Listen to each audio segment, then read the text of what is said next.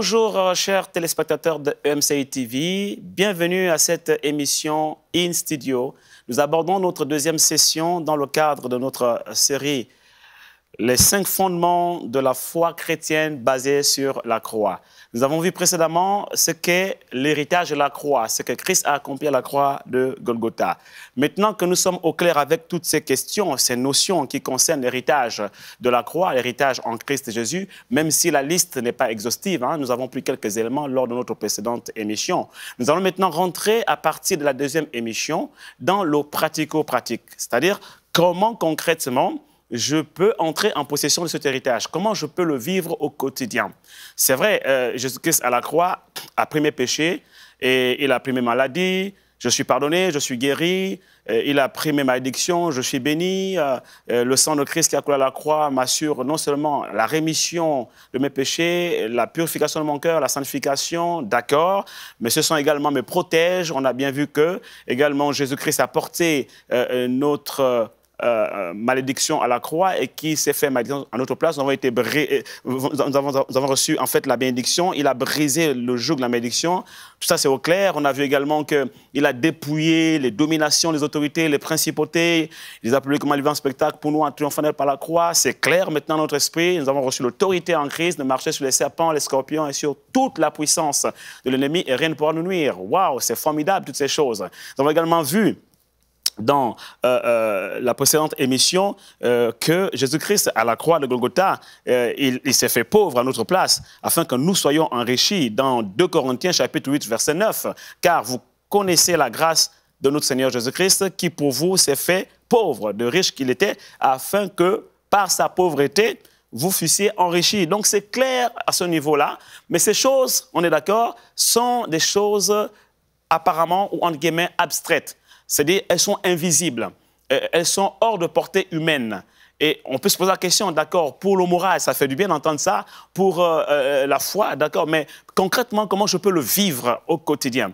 Et c'est ce qui va faire vraiment le filigrane, qui va constituer le filigrane de toutes les sessions qui vont suivre à partir de maintenant. Nous allons rentrer dans le pratico-pratique, dans le comment. Comment je possède cet héritage? Comment j'entre en possession de ma guérison divine? Comment j'entre en possession de ma délivrance? Comment j'entre en possession de ma richesse en Christ, de mon succès en Christ, de la bénédiction financière, de la bénédiction dans tous les domaines? Comment je le fais? Alors, cette émission, je l'ai intitulée, la deuxième maintenant, je l'ai intitulée « La foi pour posséder notre héritage en Christ », l'héritage de la croix. Hébreux chapitre 6, verset 12, nous dit ceci. « En sorte que vous ne vous relâchez point et que vous imitiez ceux qui, par la foi et la persévérance, héritent des promesses. » Alléluia. Dans ce passage, il est clairement dit que c'est par la foi et la persévérance que nous héritons des promesses.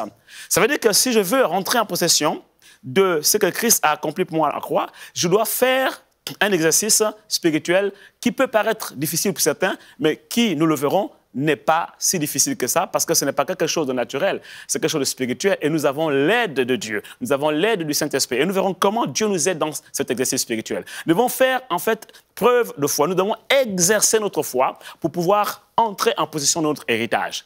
Jésus-Christ a tout accompli.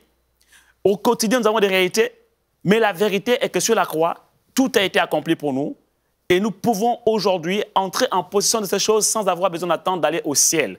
Bien sûr, le ciel, nous y irons. Mais pendant que nous avons l'espérance du ciel, les yeux tournés vers le ciel, nous devons prendre conscience que nous avons également nos pieds sur terre. Et pendant ce temps, nous devons vivre ces choses. L'avant-goût du ciel sur la terre, c'est possible. Et dans ce passage, il nous est clairement dit à travers les Écritures que c'est par la foi et la persévérance. Qu'est-ce que la foi? Hébreux chapitre 11, verset 1 nous dit que la foi est une ferme assurance des choses que l'on espère, une démonstration de celles que l'on ne voit pas. En grec, cette expression est traduite par ceci. La foi est une perception spirituelle des choses invisibles que Christ a accomplies à la croix de Golgotha pour nous. D'où l'expression ou le terme grec hypostasis. Hypostasis qui signifie fondement. Les fondements. Les fondements qu'on a vus lors de notre précédente émission. Les fondements de la croix. Les fondements. Quels sont ces fondements? nous sommes pardonnés. Christ nous a guéris par ses mètres sur la croix. Nous sommes délivrés, nous sommes bénis de toutes sortes de bénédictions spirituelles dans les célestes. Toutes ces choses qu'on a vues doivent constituer le fondement de notre foi. Alléluia. Et lorsque maintenant nous voulons entrer en possession de ces choses, nous devons pratiquer le hypostasis. La foi est une ferme assurance, hypostasis, c'est-à-dire une perception spirituelle de ces éléments qui sont invisibles, qui paraissent abstraites pour le commun des mortels, mais qui en réalité sont des choses réelles. Et lorsque nous avons réussi à faire cette expérience de percevoir ces choses, ce n'est pas en les voyant dans une grande vision, dans un songe, forcément quelque chose de spectaculaire. Non. La foi est une perception de l'esprit. Notre esprit, vous savez que nous, en tant qu'êtres humains, nous sommes des êtres tripartites. Nous sommes en fait esprit, nous avons une âme et nous vivons dans un corps. Et lorsque nous avons accepté Jésus-Christ dans notre cœur comme Sauveur Seigneur, ce n'est pas Jésus-Christ en chair et en os qui a marché sur la terre, qui est né de Marie, en fait, ce n'est pas ce Jésus physique qui vient entrer, qui entre dans notre cœur. Non, en fait, c'est son esprit. C'est l'esprit de Christ qui entre en nous. Et lorsque le Saint-Esprit entre en nous, c'est lui qui génère en nous la nouvelle naissance, c'est lui qui nous fait naître de nouveau, c'est lui qui nous engendre. Nous sommes nés de l'esprit. Et en ce moment-là, ce n'est plus nous qui vivons, c'est Christ qui vit en nous. Donc, finalement, nous devenons une nouvelle créature, une nouvelle création en Christ Jésus. Et c'est ce nouvel être-là qui doit vivre la vie divine. C'est ce nouvel être qui a été créé, ce nouvel homme en Christ. C'est lui qui doit vivre. C'est lui qui est capable de saisir ces choses que l'esprit humain ne peut saisir, que le commun des mortels ne peut saisir. Donc, ce nouvel être en Christ qui est toi, qui est moi, a reçu la capacité d'entrer en possession de ces choses spirituelles que Christ a accomplies à la croix de Golgotha. Il faut savoir que notre être spirituel est un corps. Nous avons un corps spirituel, tout comme nous avons un corps naturel, physique. Okay? De la même manière que ton corps physique a une tête, a des yeux, a une bouche, a des oreilles, a des mains, a des pieds, eh bien, ton corps spirituel également est constitué de la même manière, à 5 sens. Donc, quand on parle de percevoir les choses spirituelles, il ne s'agit pas de les percevoir avec les yeux physiques. Il s'agit de les percevoir avec les yeux de votre esprit. Et ça se passe au niveau vraiment spirituel. D'accord? Et on le verra au fur et à mesure de l'émission. Donc, quand j'ai compris ces choses, je comprends que la foi n'est pas le fait de voir les choses de façon naturelle. Et je peux même vous dire qu'il vous a été dit, et vous avez entendu qu'il vous a été dit, la foi, c'est croire sans avoir vu. Oui, sans avoir vu avec nos yeux physiques. Mais moi, je vous dis, la foi, c'est croire ce que l'on voit avec nos yeux spirituels, avec les yeux de notre esprit. Et lorsque votre être intérieur, votre être spirituel, votre homme intérieur, celui qui est le nouvel homme en Christ, qui est né de nouveau, commence à ouvrir les yeux et commence à voir, donc prendre conscience de ces réalités spirituelles, alors en ce moment, vous commencez à vivre dans la foi. Vous commencez à entrer dans le domaine de la foi. Et c'est pour cela que l'apôtre Paul va prier pour l'église d'Éphèse, dans Éphésiens, au chapitre 1, du verset 17 au verset 18.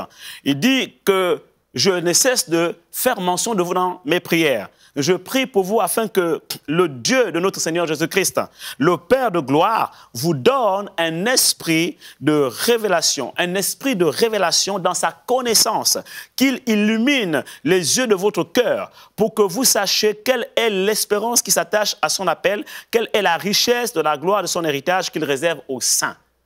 Donc, pour avoir conscience de cet héritage, pour avoir accès à cet héritage, il nous faut la révélation, c'est-à-dire il faut que notre esprit soit ouvert à la compréhension de ces choses, notre esprit doit saisir ces choses. Ça se passe dans le domaine de l'esprit. Et c'est par l'action du Saint-Esprit que nos yeux spirituels peuvent saisir ces choses. Alléluia. Et c'est ça la foi. La foi, elle commence là. Elle commence par la perception spirituelle des choses. Hypostasis. Une conviction intime qui naît en toi, une ferme assurance qui naît en toi, qui n'est rien d'autre que le résultat de la perception spirituelle des choses invisibles que Christ a accomplies pour toi à la croix de Golgotha. Ces choses sont réelles, elles sont là, c'est un fondement, c'est la c'est la base, c'est la structure, c'est là. Laissant les éléments de la foi, tendons vers ce qui est parfait. Avant de tendre vers ce qui est parfait, nous devons être conscients de ces fondements. Ces fondements sont là. C'est une réalité. Mais il faut que notre esprit les saisisse, les perçoive et les saisisse. Alléluia. Et comment concrètement Dieu procède pour que notre esprit ouvre ses yeux et que nous puissions percevoir ces choses-là afin de les saisir. Romains chapitre 10, verset 17 nous dit « La foi vient de ce qu'on entend et ce qu'on entend vient de la parole de Dieu. » Alors, j'aimerais bien relire le texte. La foi vient de ce qu'on entend, et ce qu'on entend vient de la parole de Christ. La première lecture que j'ai faite est celle que nous connaissons tous couramment. Nous le récitons, et souvent on ne se rend même pas compte. On dit, Romains 10, 17, la foi vient de ce qu'on entend vient de la parole de Dieu. C'est bien, et voilà, il n'y a pas un problème particulier à dire que la foi vient de la parole de Dieu, c'est la parole de Dieu. Mais il y a un détail important ici que j'aimerais vraiment souligner. J'aimerais attirer votre attention sur ce petit détail. Il dit, la foi vient de ce qu'on entend, et ce qu'on entend vient de la parole de Christ, et non de la parole de Dieu. Alors, quelle nuance existe-t-il entre la parole de Christ et la parole de Dieu? La Bible est la parole de Dieu dans son entièreté. Ça, en grec, on l'appelle logos. Tout ce qui est écrit, c'est scripturaire. Mais la parole de Christ, c'est autre chose. C'est-à-dire, dans ce qui est écrit, dans ce que nous lisons au quotidien, qui est la parole de Dieu, ressort la parole de Christ. Pourquoi? Parce que Christ, c'est l'esprit. Et c'est donc, on a deux dimensions de la parole. On a la parole logos qui est écrite, la parole de Dieu dans son entièreté, de la Genèse à l'Apocalypse, de l'Ancien au Nouveau Testament. Mais pendant que nous lisons la parole, pendant que nous écoutons la parole, c'est parce que le Saint-Esprit nous parle à travers ce qui est écrit. Or, le Saint-Esprit, c'est l'Esprit de Christ. Christ, c'est l'Esprit. Et c'est là qu'on rentre dans une autre dimension. On quitte la dimension du logos et on rentre dans la dimension du rhéma. Ce sont des termes grecs. Logos qui signifie la parole écrite et rhéma qui ne veut rien d'autre dire que la parole révélée. Donc quand l'apôtre Paul parle et prie pour l'église d'Éphèse, pour les chrétiens, pour nous tous aujourd'hui, pour que le Dieu de notre Seigneur Jésus-Christ, le Père de gloire, leur donne un esprit de révélation, en fait, il fait allusion à ça. C'est-à-dire que pour avoir cet esprit de révélation, pour être éclairé, nous devons recevoir la parole rhéma. C'est pour cela qu'il est écrit que la révélation de tes paroles est claire et donne de l'intelligence au simple. Si tu n'as pas été éclairé dans ton esprit, dans ta conscience, il te sera difficile de saisir ces éléments de l'héritage de la croix. Tu peux les lire au quotidien, tu peux lire chaque année la parole de Dieu et passer vraiment à côté de ces choses, les lire régulièrement sans y prêter attention, sans que ça ne fasse un effet dans ton cœur. C'est la parole de Dieu, certes, mais à un moment donné, il faut que cette parole devienne vivante en toi. Et pour cela, c'est le Saint-Esprit qui va le faire. Comment? En ouvrant tes oreilles spirituelles, en ouvrant ton esprit à la compréhension des Écritures, en t'accordant la connaissance révélée, en t'accordant en fait la compréhension facile de ces choses pour que ça devienne pour toi quelque chose de clair et que tu sois conscient de ces réalités, que tu les saisisses dans ton esprit, ça devienne une évidence en toi. La foi, elle s'explique certes, elle s'enseigne, mais surtout elle se vit. Lorsqu'elle vient en toi, elle s'imprime dans ton cœur, tu le ressens. Elle naît en toi comme avec une force surnaturelle qui imprime dans ton cœur une conviction intime. Et cette conviction intime-là, qu'on appelle la ferme assurance. Mais d'où vient-elle? Elle vient de l'action du Saint-Esprit en toi. C'est pourquoi la foi aussi est un don de Dieu. C'est un don, pourquoi? Parce que c'est le Saint-Esprit qui le donne, qui nous donne la foi. Il donne à chacun une mesure de foi. Mais il faut que nous puissions nous être plongés dans la parole de Dieu pour que cette foi naisse. Et elle vient de ce qu'on entend.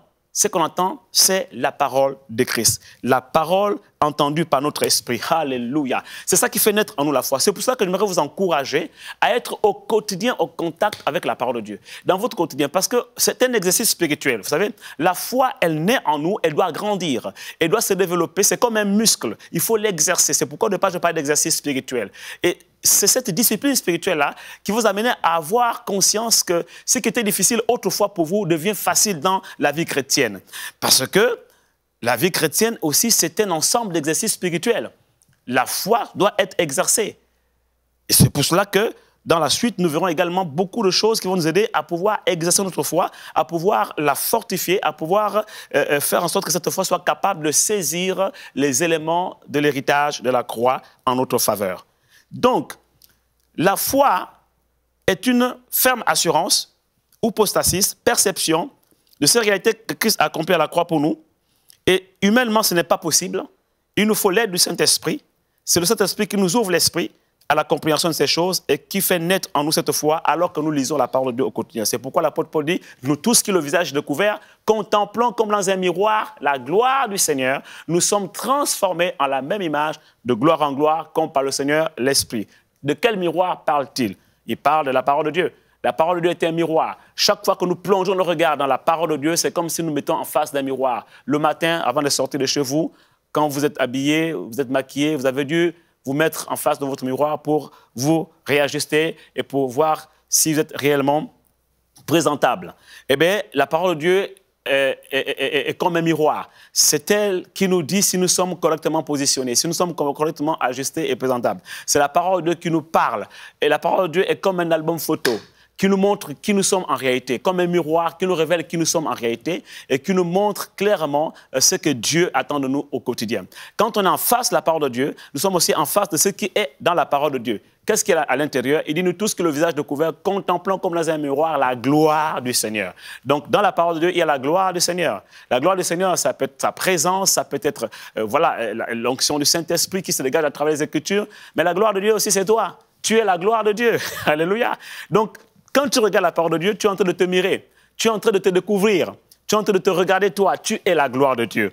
Peu importe ce que les gens ont dit de toi, peu importe ce que les gens pensent de toi, Dieu te dit que tu es sa gloire. Alléluia. Et quand tu te regardes, en fait, rien que ton aspect, tu as été créé à l'image et à la ressemblance de Christ. Tu reflètes la gloire de Dieu. Et peu importe ce que les gens peuvent penser de toi et dire de toi, mets cette réalité, cette vérité spirituelle dans ton cœur, dans ton esprit, saisis-la. Tu es la gloire de Dieu. Et à chaque fois que tu lis la Bible, tu es devant un miroir, tu es en train de te regarder. Tu te découvres qui tu es en réalité. Qui tu es en réalité. Ton identité en Christ, vraiment tes potentialités, tes capacités, les dons, les talents que Dieu t'a donnés, tu te découvres en lisant la parole de Dieu. Et c'est la connaissance, cette connaissance qui naît justement de tout cet exercice spirituel de lecture, de méditation de la parole de Dieu, qui fait naître en toi cette assurance, cette conviction. Tu prends conscience de qui tu es. Tu prends conscience réellement de ce que Christ a fait pour toi à la croix de Golgotha. Et ça te donne l'assurance. Pourquoi? Parce que tu as la connaissance révélée par le Saint-Esprit. Et du coup, ta foi devient forte. Et c'est pour cela que maintenant, devant les situations difficiles, les épreuves de la vie, les circonstances douloureuses, tu ne chancelleras point. Ton front sera semblable à une muraille de bronze. Dieu durcira ton front en face de tes adversaires. Il sera dur comme du diamant face à l'adversité. Et ça, c'est la foi qui vient de la parole de Christ. La parole révélée, la parole Réma. Alors, je prie pour toi que tu saisisses ces vérités spirituelles. Et si tu as cette foi, plus facilement tu peux saisir ton héritage en Christ Jésus. Mais par contre, ce n'est pas toujours évident pour tout le monde. Pourquoi? Parce qu'il y a des choses qui empêchent aux uns aux autres à avoir cette mesure de foi. Mais retenez une chose, on n'a pas besoin d'avoir une très grande foi pour saisir l'héritage en Christ. Jésus pouvait dire que si vous avez de la foi comme un petit grain de sénévé, vous pourrez dire à cette montagne, ôte-toi de là, elle sautera, elle se jettera à la mer, et vous verrez que même avec une petite foi, vous pouvez déplacer des montagnes. Voyez-vous? Donc ici, il n'est pas question de la taille de la foi, ni de la grandeur de la foi. Il est question d'avoir une foi qui vient d'en haut. La foi qui est déposée dans ton cœur par le Saint-Esprit. Pourquoi? Parce que tu es en train de lire la parole de Dieu, et la parole de Dieu, elle fait naître en toi la foi, plus que de cette parole est extrait la parole révélée, la parole de Christ. Alléluia. Merci Seigneur pour ceux qui m'écoutent en ce moment, qui me regardent. Je pense au fond de moi que, et je le crois de tout mon cœur, le Saint-Esprit est en train de travailler maintenant dans les cœurs pour faire naître cette foi afin que chacun saisisse son héritage en Christ Jésus par rapport aux difficultés, situations difficiles que certains traversent, par rapport à la diversité. En cet instant, je déclare au nom de Jésus, par la grâce de Dieu, le Saint-Esprit agit dans vos cœurs maintenant et fait naître la foi en vous pour que vous puissiez saisir votre miracle. Parce que ça fait partie de votre héritage en Christ. Maintenant, il peut y avoir des obstacles à la foi, à la manifestation de la foi. Romains chapitre 12, verset 2 nous dit « Ne vous conformez pas au siècle présent, mais soyez transformés par le renouvellement de l'intelligence, afin que vous discerniez quelle est la volonté de Dieu, ce qui est bon, agréable et parfait. » Voyez-vous, l'un des obstacles à la manifestation de la foi, c'est notre intelligence. L'intelligence humaine, qui est le fruit de plusieurs choses, parmi lesquelles notre éducation, notre culture, nos traditions, nos us et coutumes, les philosophies, apprises ça et là à l'école, et les choses qu'on a emmagasinées dans notre temple gauche, temple droite, dans notre arrière-plan, toutes ces choses constituent dans notre intelligence comme des raisonnements hautains qui se dressent contre la connaissance de Christ, comme des forteresses qui sont là et qui empêchent à la révélation de jaillir dans notre esprit pour que nous puissions avoir accès à la compréhension des vérités spirituelles, les fondements que Christ a accomplis à la croix pour nous, l'héritage de la croix. Et donc, il est important de savoir qu'est-ce que la Bible nous enseigne pour pouvoir renverser ces obstacles et libérer notre foi pour saisir notre héritage en Christ Jésus. La parole de Dieu nous enseigne que nous devons être transformés par le renouvellement de notre intelligence. Nous-mêmes, en tant qu'êtres humains, nous ne pouvons pas nous transformer. C'est Christ qui transforme. Notre intelligence humaine doit être renouvelée également par Christ, par l'Esprit de Christ. C'est pour cela qu'il est important, la communion avec le Saint-Esprit. Parce qu'au fur et à mesure qu'on avance dans cette série, vous vous rendez compte qu'en filigrane, c'est le Saint-Esprit qui opère. Il opère en nous la nouvelle naissance. C'est lui qui nous a régénérés. C'est le Saint-Esprit, en fait, qui fait naître en nous la foi à travers la parole de Dieu que nous lisons. Il fait jaillir en nous des lumières, des rémas, des révélations. C'est le Saint-Esprit qui va déposer cette conviction intime en nous, qu'on appelle la ferme assurance. C'est le Saint-Esprit qui va ouvrir notre intelligence à la compréhension des réalités spirituelles que Christ a accomplies à la croix de Golgotha pour nous. De sorte que nous puissions maintenant être conscients de ces choses, que nous rentrons dans cette connaissance qu'on appelle la connaissance oïda en grec. C'est-à-dire, je suis tellement conscient de ces choses que ça ne me quitte plus. C'est imprimé en moi, c'est inscrit comme une encre indélébile. Quelle que soit l'adversité, même si le diable me montre le contraire, ou les circonstances de la vie me montrent d'autres réalités qui semblent contraires, je sais que je sais, que je sais, que je sais, c'est clair dans mon esprit. Alléluia. Ça également, c'est le Saint-Esprit. Et donc, c'est le Saint-Esprit également qui va agir dans notre intelligence pour la renouveler.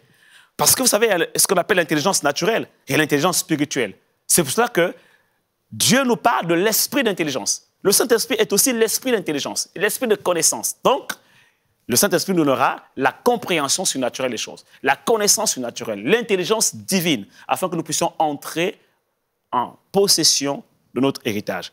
Et c'est par l'action du Saint-Esprit que notre intelligence est renouvelée. C'est pour cela qu'il est important de prier. Nous devons prier pour que notre intelligence soit renouvelée. Nous devons prier chaque jour afin que Dieu fasse tomber dans notre être intérieur, dans notre conscience ou encore dans notre intelligence, dans notre background, dans notre arrière-plan, tout obstacle à la foi. Toutes ces choses qui se dressent contre la connaissance de Christ, toutes ces hauteurs, tous ces raisonnements, cet orgueil, toutes ces choses-là, cette connaissance, elle n'est pas mauvaise la connaissance livresque, elle n'est pas mauvaise la connaissance scolaire, elle n'est pas mauvaise la connaissance des diplômes. C'est important d'apprendre, d'avoir des diplômes, mais il faut veiller à ce que cette connaissance ne devienne plus ou ne devienne pas, autant pour moi, une forteresse qui va t'empêcher d'avoir accès réellement à la véritable foi, laquelle foi te donnera de posséder ton héritage en Christ Jésus. Et je prie pour toi, en cet instant, que Dieu renouvelle ton intelligence en Christ et que tu aies accès à ton héritage, au nom puissant de Jésus. Un autre élément important qui va nous permettre justement de renverser les obstacles à la foi se trouve dans Matthieu chapitre 3. Quand Jean-Baptiste arrive, et même quand Jésus arrive, les deux ont le même message. Jean-Baptiste va dire, dans Matthieu chapitre 3, à partir du verset 1, il dit, la Bible déclare, en ce temps-là, parut Jean-Baptiste prêchant dans le désert de Judée. Et il disait, repentez-vous, car le royaume des cieux est proche. Quand Jésus arrive, il prêche le même message. Il dit, repentez-vous, car le royaume des cieux est proche. Le mot repentance ici, tel qu'on l'a toujours enseigné et connu, renvoie à la notion de confession. Confesser nos péchés, regretter le mal qu'on a fait, demander pardon à Dieu pour nos péchés et recevoir justement le pardon de nos péchés par rapport à ce que Christ a accompli à la croix. Ça, c'est exact, c'est vrai, il n'y a pas de problème. D'accord? C'est juste. Mais il y a une autre dimension de compréhension, c'est que la repentance. Le mot grec ici, c'est métanoïa. La métanoïa, c'est le changement de mentalité. changement de mentalité. Donc, on doit passer de la simple confession de nos péchés ou de regret, du remords qu'on a eu, à un changement de mentalité. Parce que je peux regretter quelque chose, je peux renoncer à quelque chose, mais si la mentalité n'est pas changée, il y a des risques que je retombe dans les mêmes choses. Et c'est pour cela que la métanoïa nous amène à cette dimension de changement de mentalité. Le changement de mentalité va nous amener à la possession de notre héritage. Pourquoi? Regardez ce qui s'est passé dans l'histoire du peuple d'Israël lorsqu'ils devaient posséder Canaan, entrer en possession de Canaan, leur terre d'héritage. Moïse envoie les 12 espions. Donc, dans les 12, en fait, il y avait un élément de chaque tribu d'Israël. Ça faisait 12 qui représentaient les 12 tribus d'Israël. Et parmi lesquels il y avait Josué et Caleb. Ils sont rentrés à Canaan, ils sont allés espionner Canaan. Quand ils reviennent, ils ont des discours différents, des rapports différents. Les 10 autres, qu'est-ce qu'ils ont dit? Ils ont dit, le pays est bon, c'est un pays où coule le lait et le miel. Mais nous y avons vu des géants, des fils d'Anak. Et nous étions à leurs yeux comme des sauterelles. Et même à nos propres yeux, nous étions comme des sauterelles. Voyez-vous, ça c'est la perception qu'ils avaient. C'est leur mentalité. Et c'était influencé par leur arrière-plan. Mais Josué et Caleb étaient animés d'un autre esprit. C'est pour cela que la Bible déclare que parce que mon serviteur Caleb a été animé d'un esprit différent, je lui ai donné de posséder Canaan à lui et à sa postérité. C'est la mentalité que tu vas avoir qui va te permettre de posséder ou non ton héritage. Les 10 autres avaient une autre mentalité, une mentalité de défaitiste, une mentalité de craintif. Mais Josué et Caleb ont motivé le peuple avec un autre discours qui n'était rien d'autre que le résultat de leur mentalité, de leur perception. Voyez-vous? Et à cause de cela, parce que Caleb a été animé d'un autre esprit, Josué aussi, Dieu leur a donné de posséder la terre promise, leur héritage, à eux et à leur postérité. Bien-aimé, tu as besoin de repentance. Non plus dans le sens de demander pardon à Dieu pour tes péchés, tu l'as déjà fait. Mais dans le sens du changement de mentalité. Changement littéral de mentalité, la métanoïa. Et je prie pour toi que ce changement se produise. Et là encore, une fois de plus, c'est l'œuvre du Saint-Esprit. C'est le Saint-Esprit qui est capable de changer ta mentalité. Aucun homme ne peut changer ta mentalité. Et comment le fait-il? À travers la parole de Dieu, à travers l'enseignement. D'où l'importance que nous, les pasteurs, nous puissions beaucoup enseigner. C'est vrai que beaucoup de chrétiens viennent à l'église, beaucoup de personnes viennent à l'église et ils ont des attentes, ils ont soif de ceci, soif de cela. Et nous pouvons être tout de suite tentés à leur donner tout ce qu'ils recherchent à travers justement les dons spirituels, à travers la manifestation de l'onction. Toutes ces choses, c'est bien, ça fait partie de notre héritage en Christ. Mais nous devons également rendre les chrétiens autonomes et les aider à avoir une foi forte, à se construire une foi forte par l'aide du Saint-Esprit, en leur enseignant la parole de Dieu. C'est l'enseignement de la parole de Dieu qui va nous aider et qui va vous aider à être changés, à avoir ce renouvellement de l'intelligence, mais être également littéralement changé, avoir cette mentalité transformée, une nouvelle mentalité, la mentalité de guerrier, de conquérant en Christ Jésus pour aller posséder votre héritage. Parce que voyez-vous, vous pouvez avoir un Canaan qui vous a été promis, mais aux portes de Canaan, il y a des fils d'Anak. Et c'est l'image de notre héritage sur la terre. Nous avons l'héritage, mais aux portes de cet héritage, il y a des fils d'Anak. Nous devons les vaincre, les renverser. La vie sur la terre n'est pas toujours une partie de plaisir, mais c'est aussi un champ de bataille. Et nous sommes des conquérants en Christ. Nous devons avoir une foi conquérante pour conquérir les territoires de notre héritage en Christ, nos Canaans. Alors je déclare au nom de Jésus, et je prie pour toi, que la foi conquérante naisse en toi au nom de Jésus. Conquiert ton héritage en Christ.